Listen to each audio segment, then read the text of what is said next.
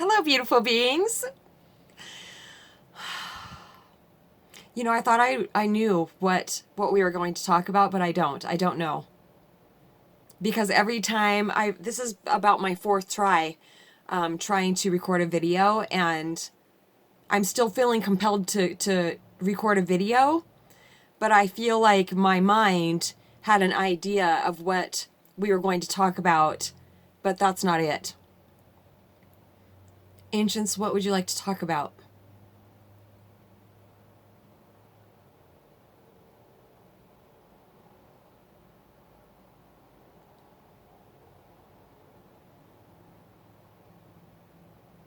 How do I know if it's from the ancients or just my mind?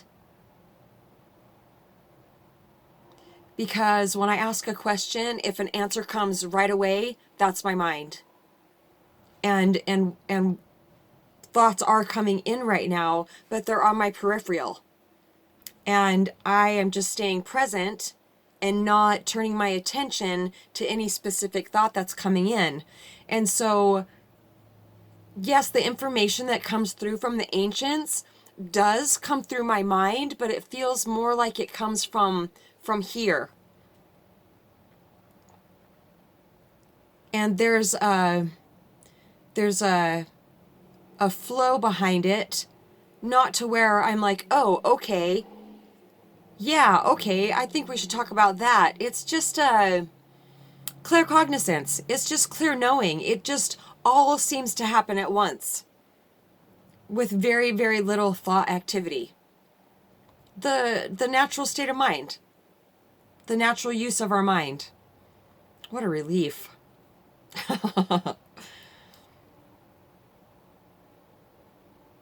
I have been shedding more of the way I look identity, the personal identity surrounded by my personal appearance. My hair was really long, and it had been about 4 years. I'd been growing it for about 4 years, and and I cut it. Obviously, I cut it, and you know, there's just been that's actually one reason that I haven't made a video. And I'm telling on myself. I'm telling on that personal identity that I've been letting go of. Because I felt, this is it. This is really the reason that the thing that has really been coming up for me is my mind says, wow, you look so old now. And I'm not asking for compliments or, you know, anybody to say anything, you know, whatever. I don't need any comments on that. But that's what has been coming up is, wow, you look so much older now that you have short hair. You look like a typical old lady with short hair. Oh, just ridiculous, ridiculous thoughts that come in, and I have been identifying with them. Absolutely identifying with them. And I'm not Barbie. My hair will grow back, and it's just hair. You know, I really, really have regretted cutting it off because, I mean, that took 4 years. At the time, though, you know, I felt really, really good about it. I felt like I had shed so much of the personal identity. I had just come through a major, major shift, and I cut it off, and I felt really, really good about it. And then my mind started taking over, which is fine. You know, it's fine. I always learn something from that. And like I said, I'm not Barbie. It will grow back, but you know, it's a good practice because I've really been noticing lately, wow. Wow, it's so sneaky because I didn't really realize that I was identifying with those thoughts. I was just feeling bad about it. Well, I don't need to just feel bad about it because now I'm aware that I was following those thoughts around. So now when I see those today, really, really, I'm seeing what I've been doing to myself by following those thoughts around. I know I keep repeating myself. Please forgive me for that. I haven't recorded a video for a while, you know, and I'm really not in the flow of it, which is fine. So now when those thoughts come up, even thinking about, oh man, I wish it was longer, that is a self-defeating behavior. That is a thought that makes me feel bad. So now when it comes up, I recognize, I shine my light of awareness on it. I recognize that I am focused on that thought that just came up, and I drop it. I drop it by getting present again, just focusing on the now. Now, what's, looking at the trees. What am I doing right now? Focusing on exactly where my hands are. Be where your hands are is an amazing saying that I learned 16 years ago. And it's a really, really good one because it takes me out of my mind. And so, it's okay that my hair's short, and it's okay that I am the age that I am. Age is really just the amount of years that we have been expressing on the planet. It has nothing really to do with who we are, unless, some of these other thoughts that have come up is around cutting my hair, is that I would be less attractive to the opposite sex. It doesn't matter. When the divine has somebody that they want to send me, he is not going to care about that stuff. He will not. He will be like my best friend. He will not be like my best friend. He will be my best friend.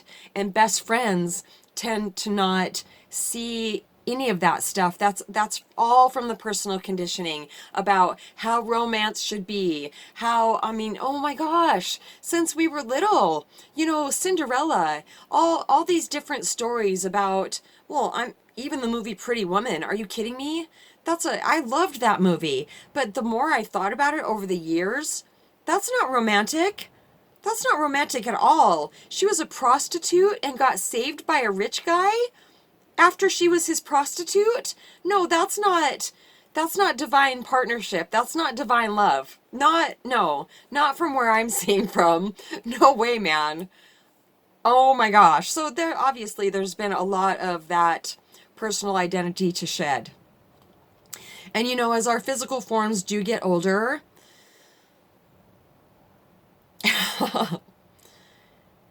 and I watch things on YouTube and stuff. There's just so many beautiful people, and their skin is still super tone, and things change as we age, and that's okay.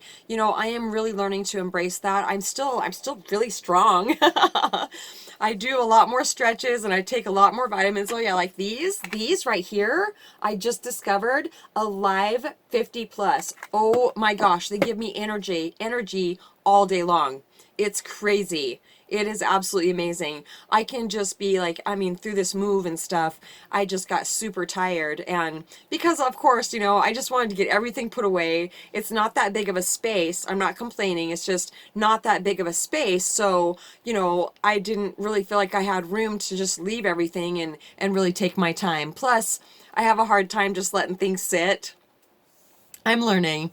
Anyway, so, I've been doing my stretches and taking my vitamins, my vitamin D also, I take that. Plus I take salmon oil, which is really awesome. And then I have the hair, skin, and nail gummies. I don't know why. Oh, yes. Okay, and this one right here, this is called Move Free Ultra. If you can't see it very well, it is an absolute lifesaver. Absolutely. I can't say enough about it. It's at Walmart. It's not very expensive at all. And seriously, my shoulders, I could not do this a month ago without especially my left shoulder catching and hurting so bad, if you've ever had that. And plus it's building my tendons and my ligaments and my joints. It's building everything back up. It's absolutely incredible. Seriously, it's a miracle. One little teeny tiny white pill a day has changed my life. Plus stretching. I definitely found that implementing that into my life has been a life changer. So, there's things that our bodies stop producing as much of as we age, but there's also, there's these things that we can put back in our bodies to help it run more like it did when we were younger. So,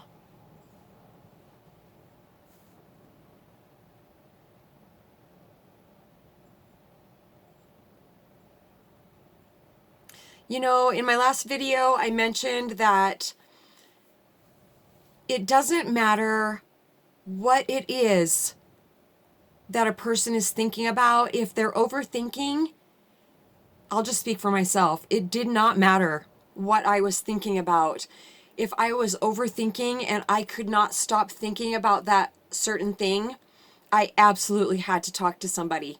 And if that was the magic for me. Some people process differently, but for me, the the the most relief, the quickest has always been to reach out and talk to somebody.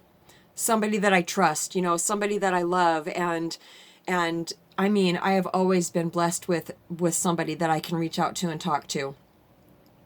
So when I say, if you're on the struggle bus, if you're in your mind about something, please don't hesitate to reach out and talk to me. You know, there may be fear holding some people back from doing that because I talk about the ancients, and a person's mind can get in the way of actually getting relief. The mind, it doesn't have a life of its own, even though it feels like it does, because I used to call them mind attacks. A thought would come in, especially about somebody that I loved, feeling badly about me, or that I wasn't doing enough for them, and I couldn't stop thinking about it. It felt like my mind was attacking me. Since I woke up with Muji, I have been able to see that, and learn also that the mind by itself has no power at all. It doesn't even exist without my attention to it. So, one 5-minute conversation can make the difference between being stuck in my mind and feeling the relief of being able to let go of those thoughts and being back into presence, back into my natural state, from person to presence, person to presence. That has been the practice for about 7 years now, since I woke up with Muji. They're showing me that I was actually doing that before I had my awakening, which makes absolute perfect sense. So, if a person is stuck in their mind and then finds a way to get back down into their peaceful center, that is the same practice. That is leading to awakening. Oh, such great news. Such great news. I know how torturous the mind can be. And, as morbid as it sounds, I 100% understand why people feel like they absolutely can't go on one more moment, and they leave the planet.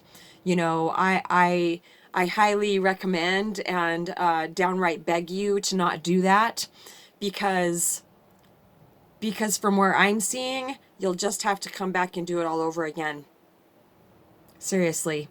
And it just, I'm not going to stay on this subject, but there is this bridge that people have jumped off of because they just couldn't take this life experience anymore. They could not get out of their head. They absolutely could not get out of their head. And the depression was just so heavy on them. That was the only way they could feel to release that resistance. And years ago, I was watching, I usually don't, watch things like this, but I did that time, and there's 1% of the people that survive jumping off of that bridge. And 100% of that 1% of the people that survived, every single one of them said that the first thought that came into their mind when they jumped was, I wish I wouldn't have done that. So, they realized also, a lot of them realized that they were killing the wrong one. They were trying to kill the thoughts, and you can't kill them. Getting back into our natural state of being, into this pure, undiluted silence that we are, that, for lack of a better word, kills thoughts. The thoughts die off. There's no way to control thoughts. Absolutely no way to control thoughts. Trying to control my thoughts is just more thinking. It is only turn.